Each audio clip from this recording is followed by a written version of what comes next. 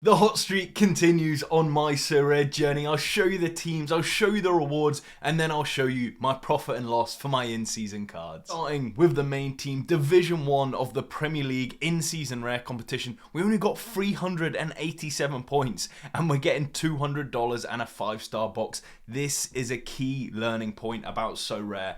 When you're playing in a division specific competition, you don't have to get the best scores, you just have to beat the players around you. And a lot of DMPs, a couple of red cards, some key players, I'm thinking Saliba getting sent off, Saka not playing, Palmer dropping a stinker.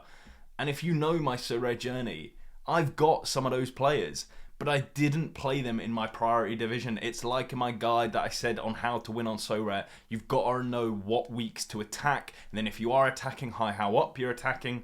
This week, I wasn't super high attacking. I mean, on the paper, the team looked good, but then I thought about it more, and I was like, Spurs are likely to concede, Saka unlikely to play, Arteta, he's always confusing with his mind games, and Brighton's not an easy fixture.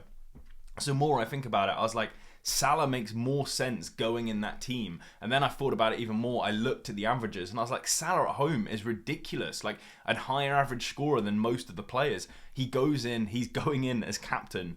So then that enabled this team to get 13th place. And I don't really care what happens in my Division 3 team when I'm not focusing on it. Like, of course, if you've got good fixtures and you want to, be able to play all of them, great. But this is just the perfect example of like knowing where to attack, knowing when to defend.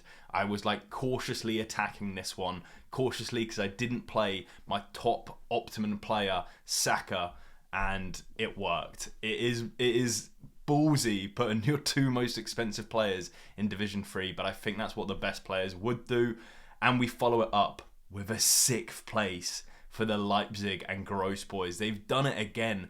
So they had 4th before, and I could not believe this. This almost ruined my Saturday night. I was 1st place, Division 1 Bundesliga Classic, winning $700, a star and a 5-star box. Only one team to play, Bayern Munich. Harry Kane hat-trick, Kimmich assist, and a Neuer clean sheet.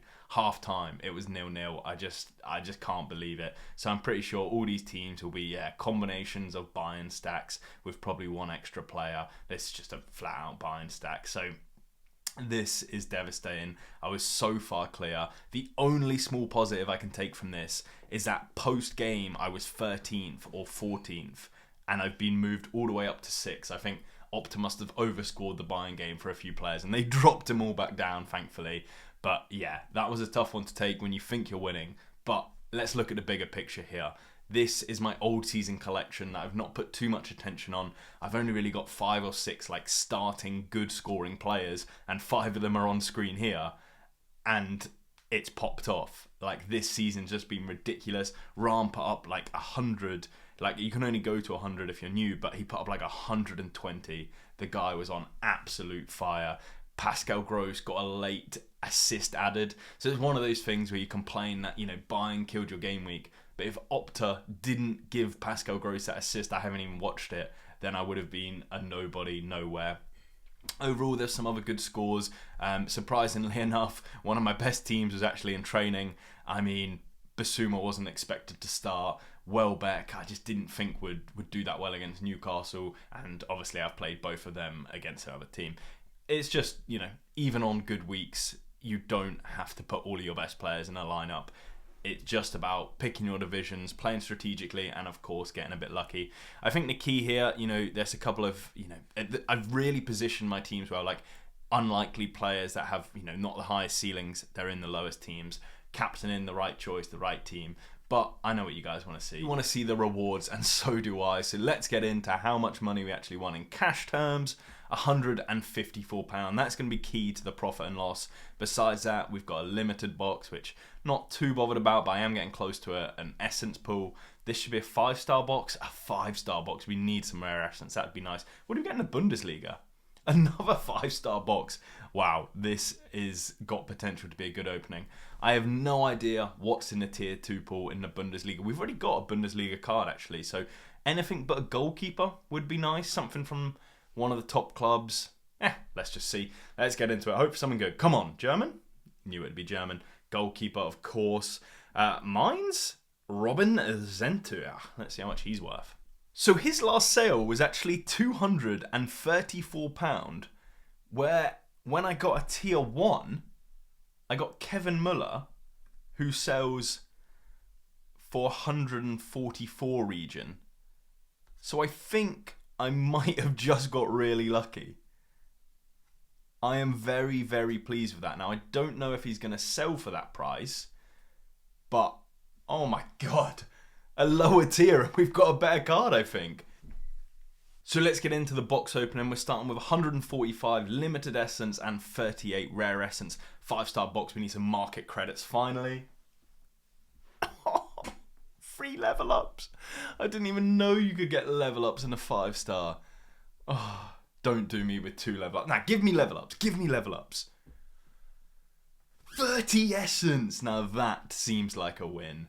You've got to fool them with wanting level ups, and they're like, I'm not going to give you level ups. There is a limited box if you care. I don't even know what star this one's going to be. I don't care what you are, mate. 1 essence, fantastic. Puts me up to 146. How close are we to crafting? We could get a tier 4, which I am tempted by, or a tier 3. Since I'm recording, we've done a tier 3 in rare. Yeah, let's do a tier 3 in limited. For the content, baby. Right, reveal the card. Let's hope for something good. It should be all champion essence mainly. I would just love a Prem limited. Oof. Austrian. Leipzig? Defender. That's an interesting one. Rapid Vienna. Jonas Oyer.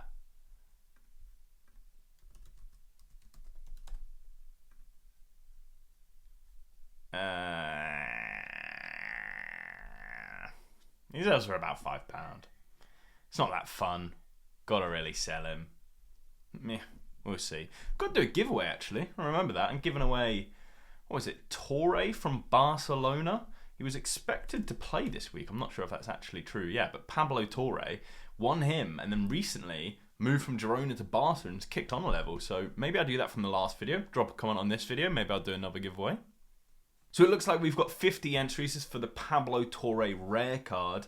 I'll send it to any of you. I'm not going to message you. You can message me on Twitter. I hate to spoil the giveaways. So when you're watching now, there can be a little bit of anticipation and hope your name pops up. Let's see who's going to pull it. Victor Ludvisaki 9501. Can you make your name slightly easier to read, please? But yeah, you've commented on the video. Can I even see what you said? Beauty of a card, mate. Well, congratulations. It's your beauty of a card. Hopefully you're watching. If not, I'm going to struggle to contact you. So please contact me, Twitter, in the comments. Just drop your Sorare name. That'll be the easiest way. Cheers. I think there's actually been some new additions to the club I haven't shared with you. Now, obviously, I've been on the winning streak. So can we welcome Raheem Sterling, Nick Pope, and a very, very stupid Kieran Trippier buy. But regardless, Sterling needed for this game week. Now, arguably, I probably shouldn't have done it, but I knew I was winning, so I was like, £40 of the 150 I'm about to win. Yeah, we'll do it. It ended up with a pretty naff score. I think everyone expected Arsenal to batter Shakhtar Donetsk, and they didn't. They really haven't. Maybe 100 from Glasgow, we might get something. I don't really know. It's just a bit of fun, that one, really. Ultimately, Nick Pope was more of a strategic decision. When you're looking at goalkeepers in the Premier League and you're looking at the price of £250 for who I consider one of the better ones. Yes, they had a slow start to the season, but I see him really coming strong. There was rumours that Trippier was going to start ahead of Livramento. I was sure Trippier was injured, and then I got that panic feeling of like, someone else will buy him, so I'll just buy him. Then the Predictify lineup guy, Hatton, who's also my mate, yeah, I messaged him and he was like, oh no, I haven't updated it yet. Here's the real thing, he's out for like 3 weeks. I was like, no worries, mate, just purchased him, but completely my fault. Obviously, if you do know someone, speak to them. If you do know someone that's a fan of the club, speak to them before purchasing the card, not panic buy and instant sell. Or panic buy and instant buy, sorry. Cole Palmer, looking forward to him having... I don't know who he's playing this week. I actually don't look forward to the fixtures. I just wait for them to come up on screen, which I can actually do now. Like, I know you can click forward a game week or whatever, but I like just looking at it. So I just want to quickly see who we've got. So Vicario at Palace, very pleased with that. We also got Nick Pope at Chelsea, which means we know who we're playing. It's not the best fixture for Cole Palmer, but he is Cole Palmer. Saka should be back, but he's got Liverpool. Midfield, Bruno, you can pretty much slot him in anywhere. Rice, it's not going to be an amazing game week for me. Team selection wise, I'll do the best I can. But yeah, we got a decent selection of players. I can run them out in all different stacks. Which leads nicely onto the profit and loss. So far this season, I have spent £4,175 on my in-season collection, which looks a little something like this. Maybe just add sterling, and I think it'd be up to date. And what we've actually won back has almost paid it all off. We've won £3,000 back, giving us a net cost of £1,159. And the best part about that is considering all these players at zero price. They're probably worth roughly about £3,500 to £4,000. There hasn't been too substantial of a move downwards in card prices this year. I'll just quickly mention it, but I think this transition from Sorare to Sorare 2.0 has been fantastic. It's been such a huge risk from Sorare. Obviously, you're never going to appease everyone. It's upset a few people. But I think, the majority of users are like, yeah, long-term sustainability is better. The game's more fun. There's different elements to it, like rivals that actually feed into the main game. I've been really impressed with it. And then even better, I'm playing well in the game. I'm being strategic. It's what I enjoy. That's why I'm making so much more content, much more Sorare journeys than there were, 6 months ago, say. And that's literally just the game improving and then my fun for the game coming back and just lighting a fire under me to be the best Sorare player in the world. Some things we might do with the money, like obviously I don't really want to go mad on this, but realistically all this is like Cole Palmer and half of Bruno Gomares, which you'd think if I won £153 for like a mid finish, like that wasn't the best score. If you did that every week, that would have paid off this whole team by the end of the season. I've pretty much paid it off by now, and then it's just been a crazy run. I hope I continue up this good form. But in terms of some big money signings, what about a Martin Dubravka? £22, or I'm going to try and get him on the auction, sorry. I think now, look, it's playing smart. You've just got to try and increase these bonuses. Someone like Newcastle, I've got maybe, £500 of cards, and both of them are about £250 each in Pope and Guimaraes. So if it takes me 20 points to get upgraded, I'm going to do it, especially when it's going to cost me maybe £15. I'm going to get the backup for Pope. That is just smart Sorare play, in my opinion. Beyond that, I need to level up some Chelsea. Going to need 2 players from the auction because I need 50 to go to the next. It's 30 if you buy them on auction or instant buy. Looking at them, any of these would do. What I like most about the Chelsea players is that there's so many of them, literally so many of them. You can actually get them quite cheap. Like some of these youngsters, completely usable. I have no idea how much they are. I'm just making the assumption, so let's do it together. But Bergstrom, a 21-year-old goalkeeper, like 4th in the pecking order, that just stinks of like a loan move. £14, and like if you're getting a £14 starting goalkeeper for the second half of the season or next year, in my scenario, a lot of the time I'm happy to pay £10 to £15 to get a player that has potential utility, not now, just potential utility, and that 30 collection points or 40 in 90 days time. That's completely what I like to do. I believe it's good use of capital. So a perfect player for me to sign. I'm not in a rush to get these players. I probably should be with Palmer's upcoming fixtures and whatnot. But this was a really hotly tipped lad. Did he play at Strasbourg last year? Someone will know. Or Santos? Anyway, another player that's definitely got a chance of a move. He's not making it in the first team. He's not making it in the second team that play the Europa Conference. So there's not much else to do. Hope you enjoyed this Sorare journey. All the best. Cheers.